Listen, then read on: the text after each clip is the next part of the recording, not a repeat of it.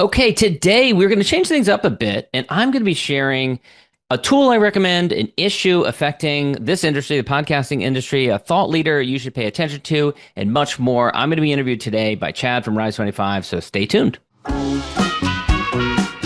Welcome to the Smart Business Revolution podcast, where we feature top entrepreneurs, business leaders, and thought leaders and ask them how they built key relationships to get where they are today. Now, let's get started with the show. All right, welcome everyone. John Corcoran here. I'm the host of this show, and if you've listened before, that every week we usually have on smart CEOs, founders, and entrepreneurs. This week, you're going to have to deal with me because I'm going to be the guest, and we're going to be going through a couple of different recommendations and issues in the industry that I think that you should know about. And before we get into this, of course, this episode is brought to you by Rise25, where we help businesses to give to and connect to their dream relationships and partnerships. We do that by helping you run your podcast. We are the easy button for any company to run a podcast. We do three things: strategy, accountability, and full execution. We even invented what some are calling the Wix of B2B podcasting. It's our platform podcast co-pilot. So if you want to learn more, you can go to our website, rise25.com, or email our team at support@rise25.com. All right. And with that, I will turn it over to Chad. Take it away. Okay. Hey, thanks so much, John. Great to be here with you today. Let's just dive right into it. One of the things we're going to talk about is an issue affecting the podcasting industry. So maybe you kind of are heavily involved in the podcasting industry. Something you hear chatter about, or people constantly going back and forth about. What is one of those, and what's your thought? Yeah, I want to take a bit of a contrarian view here because I see a lot of people online using this term AI slop and writing about saying that AI is just kind of denigrating AI, mostly writing, but also it extends to imagery as well and video. And it's just this degrading term that people use. And I think a lot of people are using it defensively because they're afraid of it and they're not sure what's happening with it. Now, look, I've been a writer my entire career. I identify as a writer. I worked as a writer in the Clinton White House, as a speechwriter for Governor of California. I was an attorney, did a lot of writing then, wrote for Forbes, okay? But I will say right now that a lot of AI writing, not all, is better than I can write and faster. And so a lot of people don't agree with that, but I truly believe that's true. And it's going to be even more true a year from now, 2 years from now. So we have to accept that as reality. Now, does that mean you can just let go and you can just let AI do all your writing? Absolutely not. The best use of AI is to use it as a writing tool, writing aid, to generate ideas, things like that. Give it very clear parameters, very clear guidelines. Be really clear about what inputs you want to give it. If you want it to do writing based on something else, some other piece of content or a transcript or something like that. And if you don't do those things, then it's going to produce bad work. But to just generally denigrate AI and say it's AI slop, I just think that there's a lot of people that are acting very defensively, and I've seen it before with other industries. Other software comes along and people feel threatened by it, and they just use these terms thinking that will make it go away. It won't. It's here to stay. And I think that, frankly, it's to our benefit. I was looking it up the other day, and something like 60% of people in the United States do not have a college degree. And that doesn't mean that they don't have good ideas. It just means that they didn't attain a level of, education that teaches them formal writing. And so a lot of times people like that, they don't write as well as someone who has a college degree. And the truth is that these AI writing tools can help those people to write a lot better. One other thing I'd like to point out is that, just in the last few years, with social media content and stuff like that, the quality of writing that we get used to has degraded. And so what we're holding, a lot of times people look at good writing, well-organized writing, coherent writing, succinct to the point, and they say that's slop because it doesn't look like human writing, which is markedly worse. How ironic is that, right? And so I just think that's unfortunate that something that is to a higher caliber is considered, called slop because it's frankly better written than what most humans would be. So that's my contrarian view on it. Do you think that if let's say you put like let's say for show notes for a podcast, you publish something and some of the words like I've noticed when you have a AI write something for you, like highlight is a common word used by AI. They talked about this highlighting the need for blah blah blah. Yeah. Do you think that if people can tell that it was potentially written for AI because they've seen words like highlight, that that's a flaw that we need to guard against, or it's still good writing and it is what it is? Look, look, humans do that too. A lot of times people point out something in a new technology and they say, oh, but like self-driving cars. Oh, they can get in accidents. Well, humans can too. In fact, Hmm. humans get into accidents right now at much higher rates than self-driving cars do. And so I think that's the case where, sure, a lot of the writing might use certain words, vocabulary over and over again. And that's why I say that at least as of right now, and we're recording this in the end of 2025, you need to read over this content. You need to read over it and look and see if there's certain words that are used over and over again, or a certain ways of phrasing, or lack of variety of sentence structure, or things like that. That's why a human needs to look through it. That will be less and less common as the years go by. Only really a few people sit there and worry about whether or not something was written by AI. If it's a clear message, it's a clear message. Yeah. What's the difference? Yeah, yeah, What and about a clarity. I mean, clarity is good. I mean, yeah, people they'll hold up something that someone wrote on Reddit or in an email or something, and it's run-on sentences, and it's not well-structured paragraphs. It doesn't have headers. It doesn't have bullets to it, and then they'll hold that up against something that has headers, has clear sentence structure, has bullets to it, is well organized, and they'll point to the well-organized piece of writing and say that's AI slop. So the run-on sentences, the run-on paragraph, the lack of coherent sentence structure is authentically human, but mhm, it is demonstrably worse writing. sure. It conveys the ideas in a worse way. So that's just the point I want to get across, because so many people are so denigrating right now of it, and it frankly it's they're identifying it because it's better written content. Yeah, yeah, exactly. Yeah. So AI, not necessarily a bad tool for writing if you don't let it do it all yourself. What are some other tools maybe that you've been using lately that you might recommend? Yeah, so one I've been using a lot lately is various different vibe coding tools. So the big ones that people know about are Lovable, Replit, Cursor's another one. There's a few others. Those are the big ones. I consider Lovable kind of like an entry level one. And what can it do? First of all, it can spin up a web page and a website a heck of a lot faster than what than you would in the other ways of creating a website.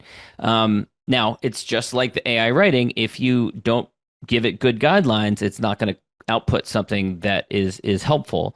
But if you give it good guidelines, it is truly amazing. So oftentimes what I'll do is I'll go to ChatGPT or another LLM, and I will outline a description of a page that I want to create or a website that I want to create, and really refine it in there. And then once I have something that is a better prompt, I'll take that and I'll paste that into Lovable or place that into Replit and create it there.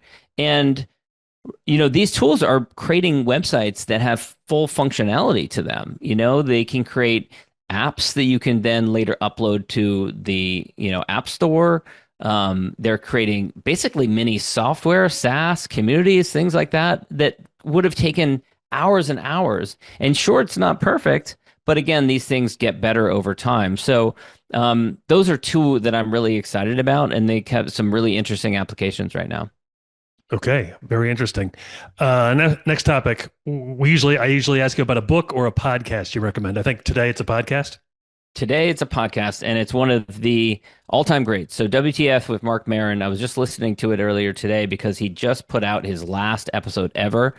Mark Maron is a longtime stand-up comedian who started a podcast. I don't know how many years ago now. I think maybe 18 years ago or something like that. It's been going for a long time, and he really put podcasting on the map and gave it credibility. I think it was 2015 that he had then President Obama on, and that really gave it credibility because he records these episodes mostly from his garage in Los Angeles, and even President Obama, who was president at the time, came to his garage to record this Wow. episode, and so it really helped to put podcasting on the map. And so I'm deeply grateful to him for all the contributions that he's made, and just had so many interesting conversations, these long form conversations that he's published over the years. What does the fact that he's a comedian help enhance the podcast? Oh, sure. Yeah. I mean, humor enhances everything, when someone has a sense of humor, I think. So it keeps it interesting, keeps it novel, keeps it new. But, also his mind is really sharp and he has a lot of natural curiosity. He's got a lot of knowledge about various different industries and cultural history. And so he brings a lot to the table. So, who is a thought leader that you admire and respect, who you would recommend that listeners follow? So I don't think I've mentioned him before when we've done these episodes, but Lael Sturm is a friend. He is a colleague. He and I have known each other for, oh gosh, I guess about 7 years now. We were in Entrepreneurs Organization Accelerator group together, and now we're on the board of Entrepreneurs Organization San Francisco. And he has a company called Augmentor. It's Ogmentor, I believe, that helps provide marketing and sales, remote staffing for companies. And he's just a truly generous individual who really tries to give back to others. And I really admire his just incredible stick-to-itiveness. He When he joined the accelerator program, had a different business, and he evolved it and changed it, and grew it pretty tremendously. And so it was really cool to see him stick to it and not give up. And so just big fan of his. Final topic. Today we're going to talk about maybe a podcaster who is a B2B podcaster who kind of takes a different angle toward his podcast that works, but still makes sense with his, his line of business. Tell me about one that you've noticed. Yeah, so I want to give a shout out to our client, Rich Walker. He's got a company called Quick Software. And what's interesting about him is what I often say to our clients is that you want to have a conversation in your podcast that's in the vicinity of where you want to end up. So there are some people that start business podcasts and they talk about all kinds of random stuff. They don't talk about the thing that they actually do. And if they were to try and pivot to that after the interview is over, it'd be weird and awkward because it's completely separate from what they've talked about. So Rich realized this, and he has this software that does intake primarily for financial institutions. So it's kind of a boring topic because it's just a software that does forms. So he realized that he couldn't do that, or else it would be really boring for people to come on the episode, wouldn't be that attractive. So instead, he decided to focus on customer experience, which is like the broader subject, a little bit further in the vicinity of what he does. Because the form software, ultimately, what is it about? Like, have you ever been to a doctor's office where they hand you a clipboard and it's got 70 pieces of paper, and each one has to have your first name, your last name, the date, your phone number, your home address, and you fill it out 70 different times, and you're like, oh my God, this is so inefficient, right? That's not a good customer experience. And in today's day and age, we expect to not have to do those sorts of things, especially online. And so that's what he has helped people with. So by deciding that his subject matter is going to be customer experience, he can talk about those things. And guess what? His company also helps to create a better customer experience. So if he's talking to a prospect or talking to a referral partner or talking to a strategic partner, he's got relevant experience to share. He can weave it into the conversation. He is a thought leader and an expert because for so many years, his company has helped financial institutions to create a better customer experience. So it's a perfect marriage of he's very, knowledgeable about this area. It's interesting, and it's also in the rough vicinity of what he wants to be talking to his prospects about and helping them with. So he can focus, he can have guests on and talk about all the great things they do to help their customers. But then at the end, he can kind of throw it, or, maybe afterward talk about how he provides another service that would help them help their Yeah, customers or a weave little it more. in a relevant Yeah. way. I mean, there's so many different things that a business can do for to improve customer experience, from, onboarding to ongoing support to sending little gifts in the mail to, helping them with different technical hurdles along the way. There's a million different things they could do. So he can talk about all of those, and where relevant, he can bring in his experience. He can Hmm. talk about things that he's seen that have worked well, just like you would if you were having a natural human conversation with someone, at a bar or over a meal or, at a party or something like that. You would bring in these things. And so, yeah, that's absolutely the case, is that he can bring in these relevant experiences. He's also very entrepreneurial. I interviewed him one time and he was telling me how when he was like 12, he invented this squirt gun or this water gun, and he sold it at the 4th of July block party, and he made like gross amounts of money. That's More than any awesome. 12-year-old he knew. That's great. Love it. Hey, John, great to talk to you as always. Thanks so much. Great. Thank you so much, Chad. So long, everybody. Thanks for listening to the Smart Business Revolution podcast. We'll see you again next time, and be sure to click subscribe to get future episodes.